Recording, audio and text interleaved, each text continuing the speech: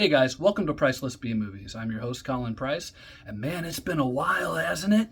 Oh man, the last time that I recorded one of these videos, I was still living down in Pensacola, Florida. That was 2020.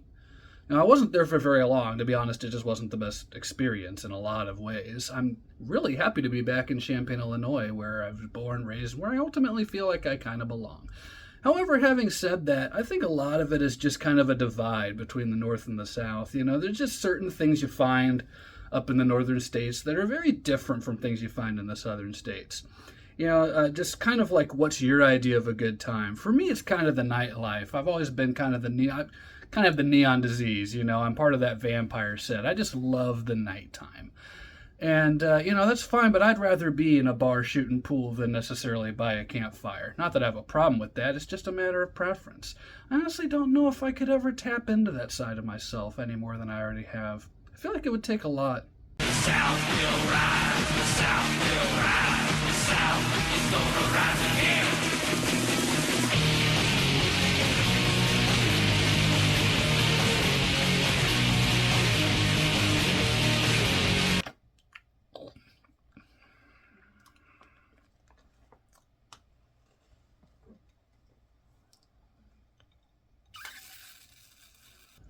"2001 Maniacs." 2001 Maniacs is the 2005 remake of the Herschel Gordon Lewis movie 2000 Maniacs. How many times am I going to say 2000 in this one review? And it stars Robert Englund, who of course you all know is Freddy Krueger. The story revolves around a handful of college douchebags, hard to think of a better word for it, who decide to go down south for spring break, and then they and a couple others kind of run afoul of this. It's really weird. It's just this little town. It's this little old-fashioned town. It looks like a Civil War reenactment. It's called Pleasant Valley. Now, all the citizens of this town kind of look and all act like none of them have really evolved past like 1850, 1860. It really throws off the main characters at first, especially the mayor, once again, is Robert Englund, who really is having a lot of fun in this movie. He's basically like this kind of like slasher villain version of Colonel Sanders. It's kind of hard to explain it any better than that, really, even though I know a lot of critics probably already have made that same comparison.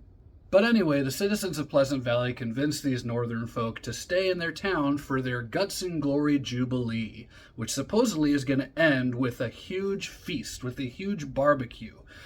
And these kids think, we had other plans, but I don't know, this could be nice. This is different. Why don't we give this a shot? And ultimately, this being a slasher film, well, you can kind of guess how it turns out for them. Now, this may come as a surprise to people who have known me for a long time, but I've never actually been a fan of Herschel Gordon Lewis. He did these movies in the early to mid-'60s mostly that were kind of like the earliest form of splatter and slasher films. Movies like 2000 Maniacs, The Wizard of Gore, Blood Feast.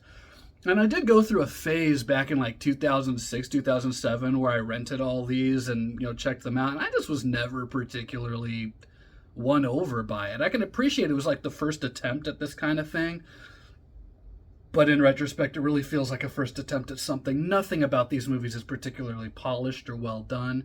And frankly, whenever those films get remade, whether it's 2001 Maniacs or like The Wizard of Gore, I tend to like the remakes a lot better than I like the original because at least they're expanding upon it. Robert Englund is, of course, an excellent choice for the primary antagonist of this film. And let's face it, he always is. You could put him in any horror movie as the bad guy and it would probably work. The other actors, unfortunately, it's really hit and miss. Some of these people are really good, some of them are really bad. The biggest positive I can give this movie is that I've seen it over 10 times. And I can very safely say I have fun with this movie every time I watch it. There's the gore, there's the laughs, there's the camp factor. There's something about a horror comedy that I've always just found really appealing. I think horror comedy might actually be my favorite subgenre of horror. If a movie can creep me out and then make me laugh till my sides hurt within 5 minutes, I think that's a special kind of magic, and it's a hard magic to catch. The music's pretty great too. That clip I ran as a joke earlier in this video. That song, little bit of trivia for you. They actually wanted Rob Zombie to go and do that song for the film. And they sent him the demo track, and then he basically sent it back and he was like, you guys sound more like me than I do. Why don't you guys just put this track in the movie? And so they did. A little bit of trivia for you guys.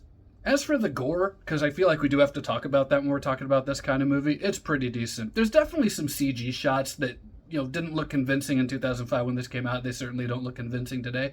But for the most part, the practical effects work is wonderful.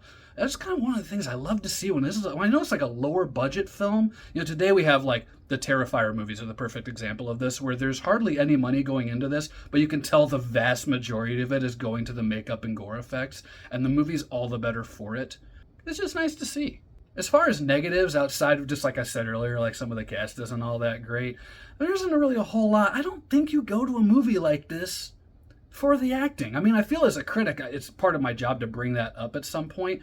But really, like, who goes to a movie called 2001 Maniacs because they want to see, like, Oscar bait? And it's just kind of what it is. These kids are mostly there to die. There's, of course, like the one or two that you're supposed to follow and hope that they're going to get out alive. But for the most part, these people exist in this world to get killed. I will also say this about the movie. If you are easily offended by sexist or racist humor, this probably isn't your thing. This movie really does go to some pretty dark places with its humor. When you bear in mind, like I said, like the citizens of this town all kind of act and behave like it's 1850, 1860. And it shows. There's definitely some dialogue and some jokes that are made that even had me going like, oh shit, why am I laughing at that? But if that's not something that concerns you, by all means check this one out. It's a fun, bloody good time, and it's pretty short too. I think it's only like 85 minutes long. I mean, really, it's like, if nothing else, good way to kill 85 minutes. 2001 Maniacs gets 3 stars. It's a fun little movie. It's got some good gore, some good laughs. And honestly, sometimes what else do you need?